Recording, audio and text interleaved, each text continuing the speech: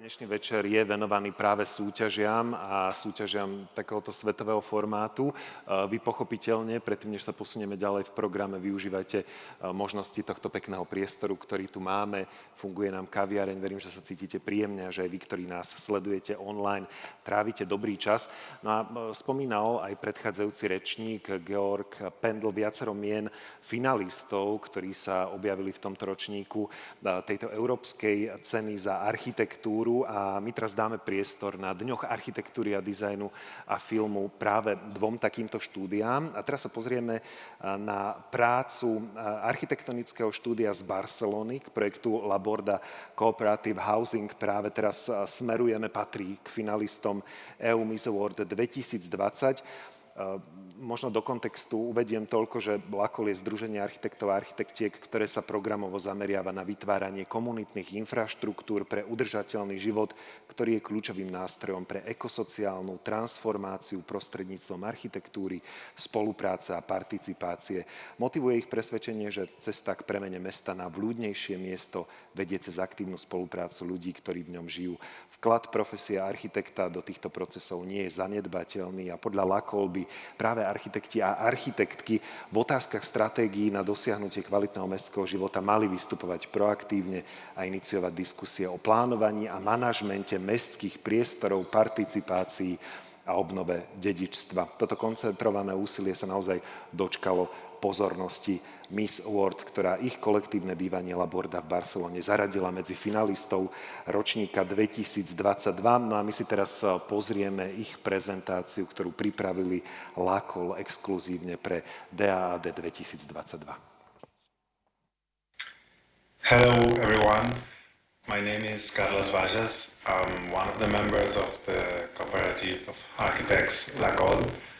And first of all, thank you very much for your kind invitation to this festival. I wish I could be there with you in Bratislava, because when we got invited, we were very honored to be part of the list of guests that you are enjoying these days.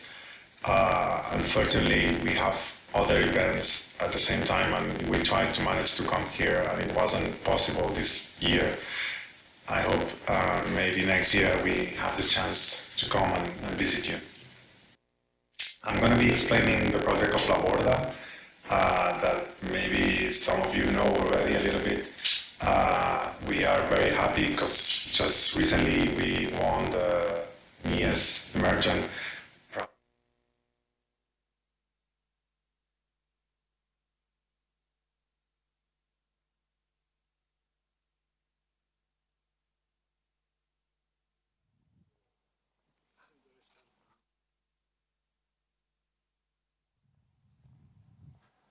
Tak aby to bolo lepšie, tak si chvíľu počkáme a reštartnú, hej, také je to zadanie. No tak to býva s technológiami. Využijem ja tento moment, kým teda sa dopracujeme k technicky kvalitnejšej verzii tejto prezentácie od Lacol, aby som vás upozornil na to, že na prvom poschodí primaciálneho paláca bežia výstavy, ktoré patria k tomuto ročníku Dní architektúry a dizajnu. Sú otvorené do 17.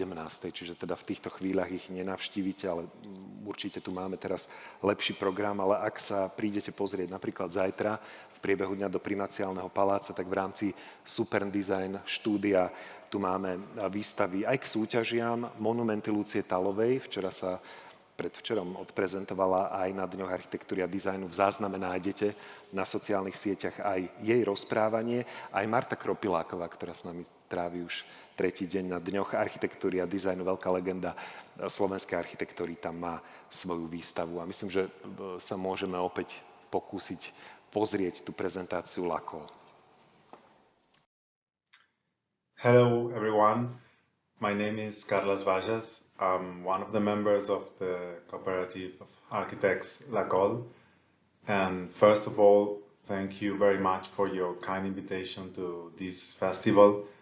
I wish I could be there with you in Bratislava, because when we got invited, we were very honored to be part of the list of guests that you are enjoying these days.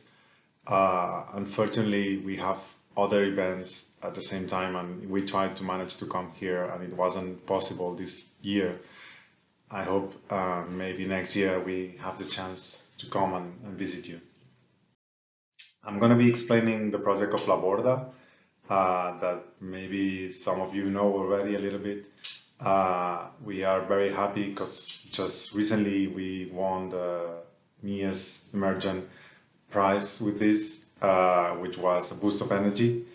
And it's a project very deep and very complex and has a lot of layers. And I have the challenge to explain it in 15 minutes. So I will try to do my best and just keep it into three simple points that for us were learnings that we did with this project and that we are now applying to our similar projects that we are doing nowadays. The first one is this active role of users. No, like we believe this project, which is a housing cooperative of 28 units, the first of its kind in Spain, it wouldn't be the same without the active role and engagement of its future inhabitants. No, and they were involved in this kind of projects.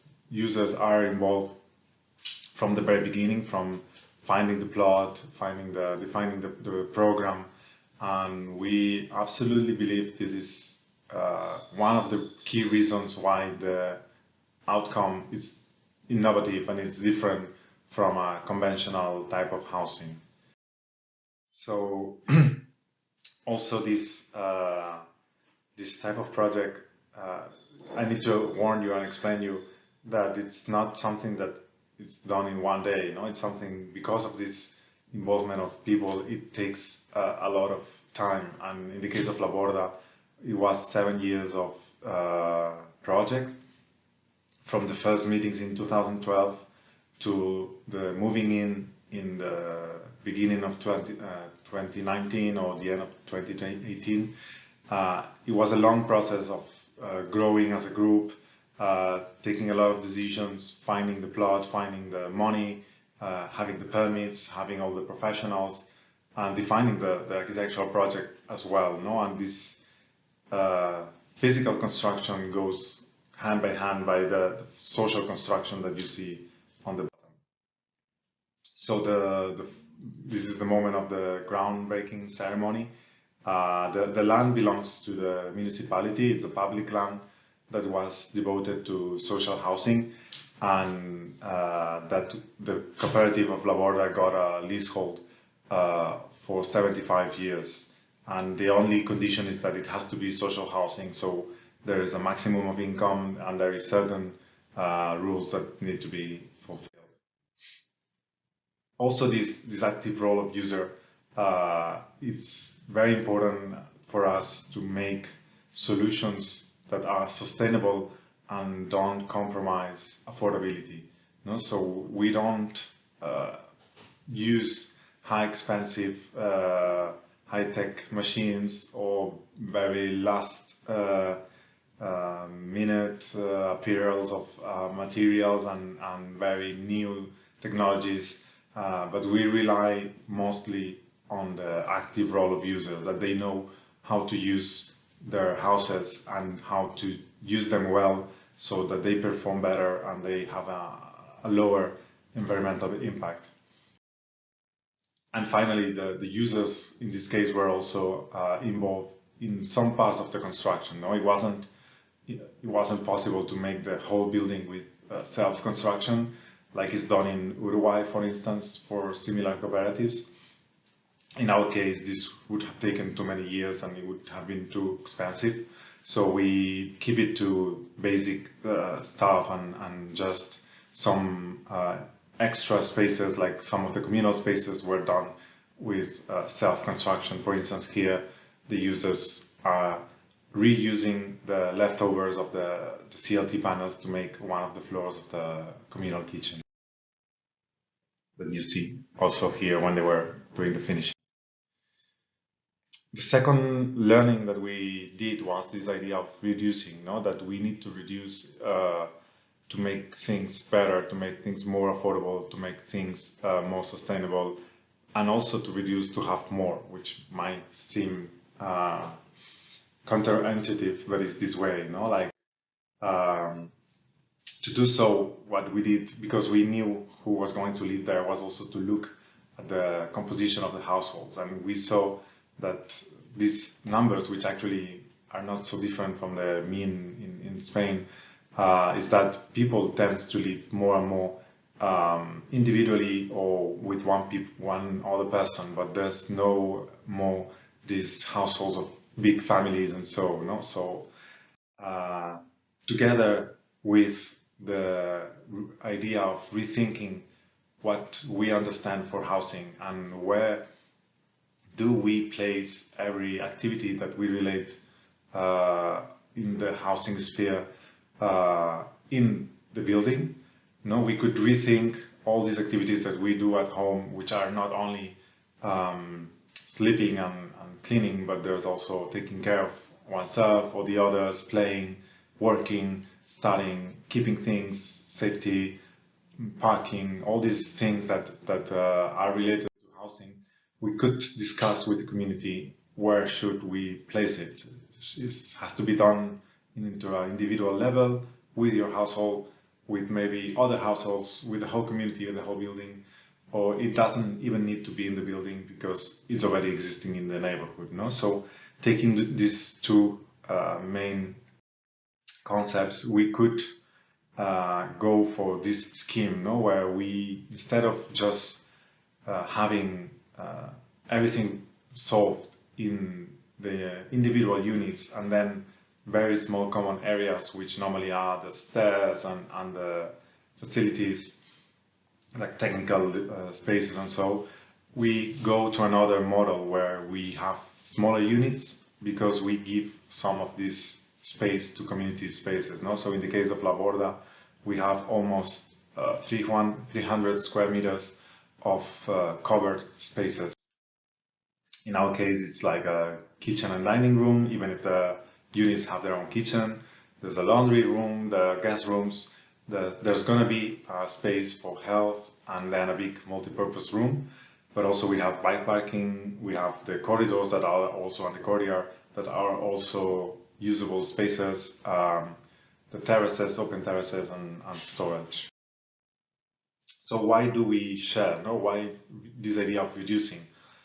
First of all, for economic and environmental sustainability, and to make it more affordable, to make it cheaper. So instead of having 28 washing machines, we have 2, like we have now. There's only 2 industrial machines. So we save money, we save space in the house, we save maintenance, we save energy because they are more efficient and so on.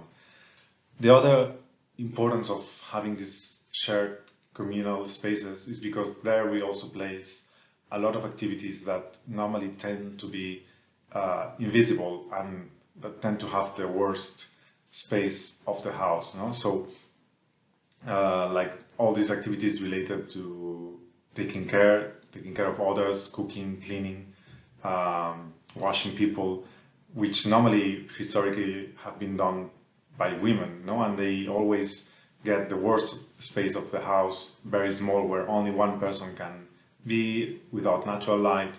And here you see that, for instance, in these 2 images that I showed, no, all the things related to doing the laundry. So the washing machines are in a very light space next to the communal space where your children can be playing at the same time, or you can have a conversation with your neighbors. And the same when you are hanging the clothes, no? That is space generous and where you can meet with others, you can do multiple activities while doing this. This is in the ground floor, the communal living room and kitchen. Here what we do is there's a once a week communal dinner organized by groups, and then you can also book this space for your own private events. So you don't need a super big living room to have your dinners when your friends come, which maybe it's only once every 2 months, or when you want to organize the party of your son. So this way you can keep your individual units smaller and then go to these extra spaces just the moments that you need it, and it's actually even bigger it's better equipped. No, in this case, the kitchen is an industrial kitchen with big stove, a big oven, and a lot of space to host like 50 people at the same time. This is the space in the ground floor. This is the other space, the multipurpose room, now taken mostly by the kids of the community. And this space here, where you see the laundry, it's going to be closed in the future. There are certain things of the building that were not finished when people moved in. So now the finishing of the building is taking place with these self-construction journeys. And then at the end of these stairs, there are the 2 guest rooms that you can also book when you have visits. And then another important aspect of reducing, and then one of the first ones and more fundamental and invisible, was to achieve avoiding constructing underground parking. We had to change, we had to lobby to help changing a regulation that was in place in Barcelona, and it's still in most Western cities, that for every new building you had to build underground parking. And we knew that people didn't need that in our community, and that this was a burden when it came to sustainability measures and economic aspects. So we managed to change this regulation, and this was the first building in Barcelona that didn't have to build underground. And related to that, there is all the sustainability and environmental quality. So this building is very sustainable, first of all, because all the community believed in that, but also because we knew that a lot of people in the community were in a situation of energy poverty, you know? So we needed to be the less consuming as possible to make it the more fair and more safe for people in the future. So in these graphs, you see on the left, there's always the bar of the current housing stock in Spain. In the middle is what the current regulation asks you to do, and on the right is what we propose for the building. This is for energy consumption, CO2 emissions of the materials we used, the construction waste, and water consumption. This water is the only one that we didn't achieve what we wanted for economic aspects. We couldn't introduce yet a gray water reuse. But in terms of energy, we managed to go way beyond what is asked in the regulation. Same with the CO2, because we use wood as a main structure material. And for the same reason, the building, 90% of it can be recycled when it finishes its life cycle. And then we introduce all kind of bioclimatic strategies. Passive strategies are like having this courtyard that was very interesting for us as a space for meeting and a space for seeing all the units and all the communal spaces in one single space, and also a space that enhances social contact. So this space not only had this idea of social space, a meeting space, but also it's covered winter house on the top, which help us control the loss of heat in winter. No? So it keeps heat in and helps heat the interior units. And then using very traditional techniques like the wooden blinds that help us, that the south facade, which is where we have 24 of the 28 units, it prevents the sun to come in summer, but now in winter the sun managed to get in, and actually it heats naturally without the use of more extra heating all these units here facing south. And at the same time, it's a useful space where you can place a table and be more part of the year here in Barcelona. You see the difference between the interior and the south facade and the north facade, which is actually facing a narrow but quite noisy street. So here we have mostly communal spaces, retail space that is occupied by a food co-op, and then only 4 of the 28 units. And well, as I mentioned already, the construction was made of CLT panels made of wood. This was the tallest building made of wood in Spain until last year. And just the last concept that I wanted to mention was also this idea of flexibility and adapting to the change of needs of users. No? So this more efficient use of space. So in Laborda we have 3 typologies of 3 sizes of units, from 40 to almost 60 and 70 some square meters, that all come from the same matrix, from the same base, which is the minimum apartment that has 2 similar spaces plus the bathroom, around which you can decide where to put the kitchen.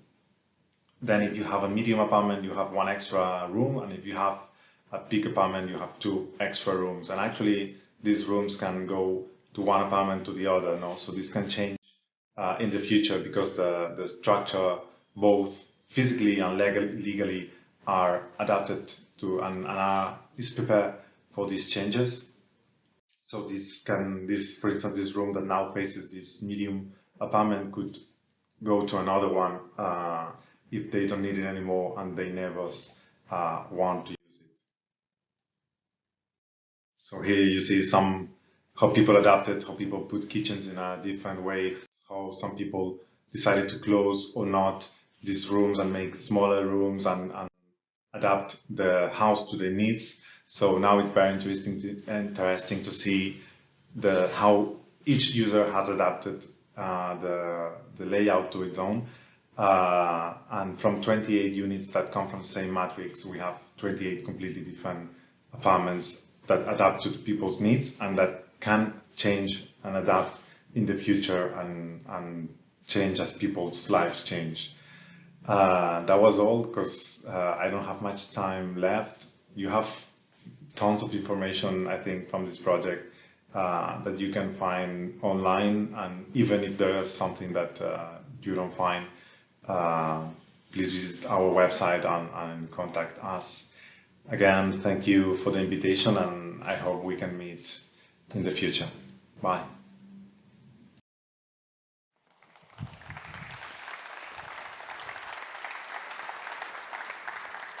Potlesk smeruje do Lacol. Ďakujeme pekne aj za túto prezentáciu.